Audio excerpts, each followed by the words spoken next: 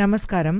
நம்மளோட இந்த 8வது தசகம் பிரளயமும் சிருஷ்டி வர்ணனம் என்று இது நம்ம திருப்பியும் நம்மளோட 5th தசகம் ஞாபகம் வச்சுட்டாக்க விராட் புருஷ உற்பத்தி அந்த இடத்துக்கிட்டேந்து திருப்பியும் கொஞ்சம் ஒரு சம்மரைஸ் பண்ணுற மாதிரியாக அமைந்திருக்கிறது.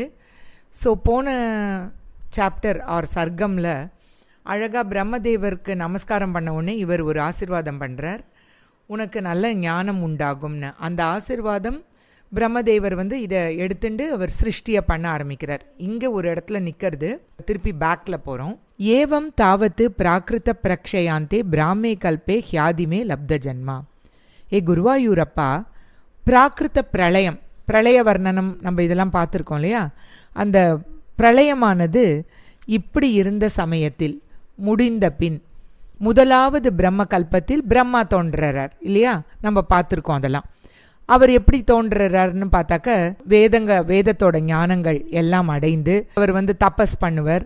தபஸ் பண்ணி அந்த அந்த வேதங்கள் எல்லாம் நல்லபடியாக அவருக்கு நன்னா புரிய ஆரம்பிச்சு, அதற்கு பிறகு எப்படி சிருஷ்டி முன்னாடிலாம் பண்ணாரோ அதையே ஞாபகப்படுத்தி கொண்டு சிருஷ்டியை செய்தார் அப்படின்னு இந்த முதல் ஸ்லோகமானது முடியறது. இதை நம்ம நன்னாவே டீட்டெயில்டாகவே பார்த்துருக்கோம். ஸோ ஃபஸ்ட்டு ஸ்லோகா இதை தான் சொல்கிறது. இப்போ செகண்ட் ஸ்லோகா, சோ அயம் சதுர்யுக சஹசிர மிதான்யஹானி தாவான் மிதாஸ்ச ரஜனீர் பகுஷோ நினாய. அப்படி இந்த பிரம்மா நம்ம பார்த்தோம் 1000 சதுர்யுகங்கள்ங்கிறது நம்மளுக்கும் அவளுக்கும் இருக்கிற அந்த டிஃப்ரென்ஸு. நம்மளோட ஒரு ஹோல் இயர் அவளுக்கு ஒரு 1 டே அப்படின்ற மாதிரி, இப்படி அவளுக்கு தேவயுகங்கள். அதை மாதிரி இவ்வளோ டைம் அவர் கழித்தார், அப்படியே கழித்தார். சிருஷ்டி செய்தார்னு அங்கே முடிச்சுட்டா, இங்கே இப்படியே கழித்தார். எப்படி அவர் கழித்தார் அப்படின்னாக்க, அவர் தான் சிருஷ்டி செய்த ஜீவர்கள் அவளோட கூட இவரும் பகவானிடமே லயத்தை அடைந்தார். ஸோ எல்லாம் அட் த எண்ட் ஆஃப் பிரளயம் எல்லா ஜீவராசிகளும் பகவான்கிட்ட போய் லயம் அடைகிறது. அவர் படைத்த பிரம்மாவும் லயம் அடைகிறார் அப்படிங்கிறத தான் இதில் சொல்கிறோம். நித்ராத்யசௌ துவைநிலீய சமம் ஸ்வசிருஷ்டைஹி நைமித்திக பிரளயம் ஆகுரத்தோசிய ராத்திரிம். அப்போது அவருடைய இரவு அப்படின்னாக்க பிரம்மா தூங்கின்னு இருக்கார், லயம் அடைந்திருக்கார். அந்த இரவுங்கிறது அந்த பிரளயம் டைம். பிரளயம் டைம் இன்னும் சிருஷ்டி ஆரம்பிக்காத டைம், அதுக்கு பேர் நைமித்திக பிரளயம். ஏன்னா இதில் டிஃப்ரெண்ட் பிரளயம் இருக்குது, நிமிஷ பிரளயம் கூட இருக்குது. நம்மளுக்கு இப்போ போன மினிட் திருப்பி வராது இல்லையா? அதுக்கு பேர் நிமிஷ பிரளயம். அந்த நிமிஷம் போயாச்சு, அது மாதிரி.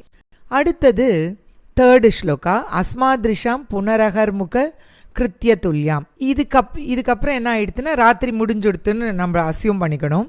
அவர் எழுந்துட்ட உடனே நம்மளாம் எப்படி காலங்காலத்தால் எழுந்துட்ட உடனே பல்ல தேய்ச்சி எல்லாம் பண்ணுவோமோ, அதை போல் எவ்ரிடே பகவானுடைய அனுகிரகத்தால் ரொம்ப ஈஸியாக சிருஷ்டி தொழிலில் ஈடுபடுகிறார். சிருஷ்டிம் கரோத்தி அனுதினம், டெய்லி பண்ணுறாராம்.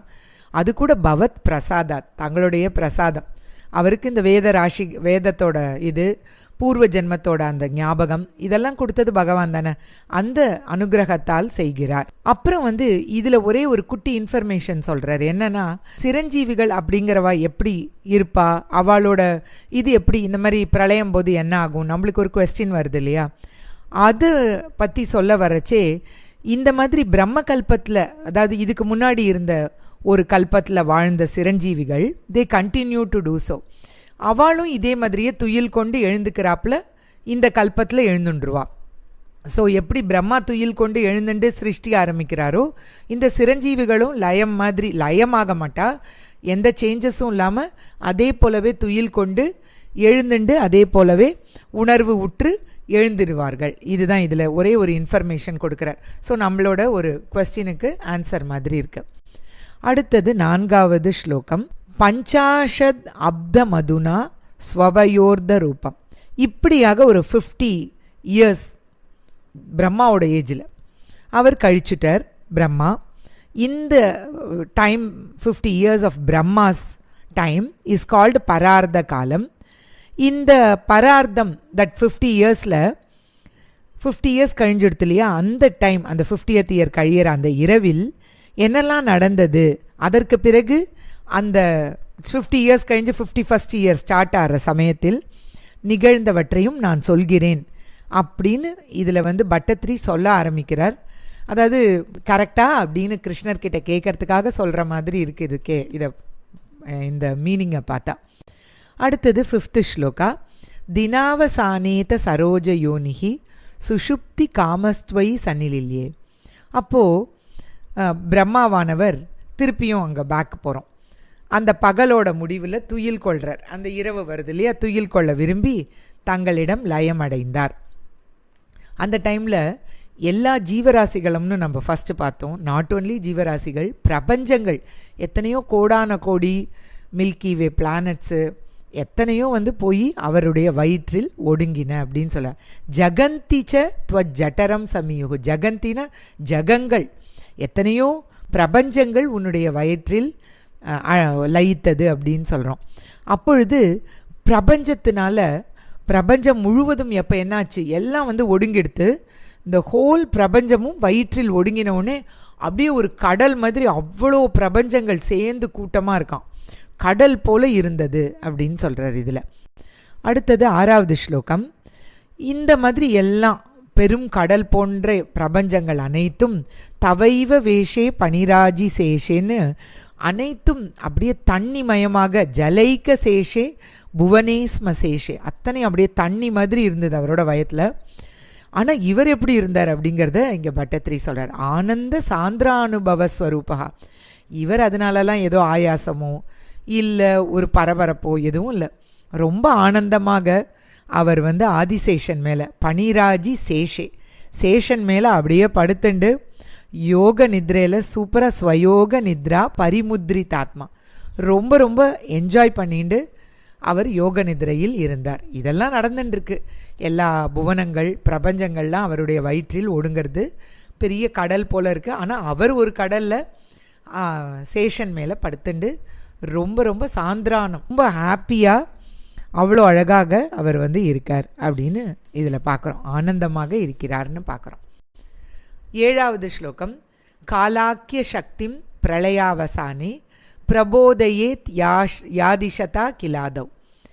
இப்போது எல்லாரும் தூங்கிட்டா, இவரோட வயிற்றில் எல்லா பிரபஞ்சங்கள் தூங்கிடுத்து, ஜீவர்கள் தூங்கிட்டா, சிரஞ்சீவிகளும் லயிச்சுட்டா, பிரம்மதேவரும் இருக்கார். ஆனால் இவர் என்ன பண்ணார், பிரளய கால முடிவில் எழுப்பணும். இதுக்கு முடிவு இருக்குது. எல்லாமே டைம் பிரின்சிபல்னால் இதுக்கும் ஒரு டைம் பிரின்சிபல்.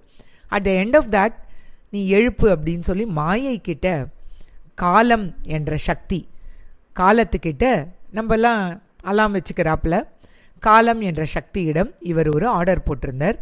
காலசக்தி மற்ற சக்தி கூட்டங்கள் எல்லாத்தோடையும், ஜீவனாக இருக்கிற ஜீவ பிரபஞ்சங்களோடையும் அப்போ அதெல்லாமே உங்ககிட்ட தான் லயித்து இருந்ததுன்னு சொல்கிறார்.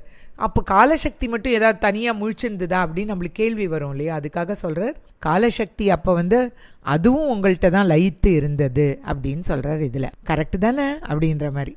8th ஸ்லோகா. சதுர்யுகானாம் ச சஹசிரமேவம். ஏ பகவானே, 1000 சதுர்யுகங்கள் இப்படி கடந்தது. அதற்கு பிறகு காலசக்தி விழித்து கொண்டது. நம்மளே சில நாள் அப்படி உள்ளுணர்வால் ஒரு டைமில் எழுந்துப்போம் இல்லையா, அது போல் அதற்கு பிறகு தங்களை எழுப்பியது அல்லவா, அப்படி தானே அப்படின்னு கேட்குறார். இதில் 9th ஸ்லோகா ரொம்ப அழகான ஸ்லோகா. விபுத்திய சத்வம் ஜலகர்ப்ப ஷாயின். நீங்களோ நீரில் சூப்பராக யோக நித்ரையில் இருக்கேள். அப்படி நீங்கள் விழித்த போது எல்லா பிரபஞ்சமும் என்னடா அது நம்மக்கிட்ட தான் இருக்குது அப்படின்றத பார்த்தீர்கள். அந்த இடத்தில் சூக்ஷ்மமாக இருந்த அந்த எல்லா பிரபஞ்சங்கள் மேலேயும் தங்களுடைய பார்வையை செலுத்தினீர்கள். தேஷ்வேவ சூக்ஷ்மாத்மதையா நிஜாந்தகா ஸ்திதேஷு விஸ்வேஷு ததாத்த திருஷ்டி. தங்களுடைய கடைக்கண் பார்வையை அதற்கு கொடுத்தீர்கள் அப்படின்னு ரொம்ப அழகாக சொல்கிறார் பட்டத்திரி இதில். 10வது ஸ்லோகம்.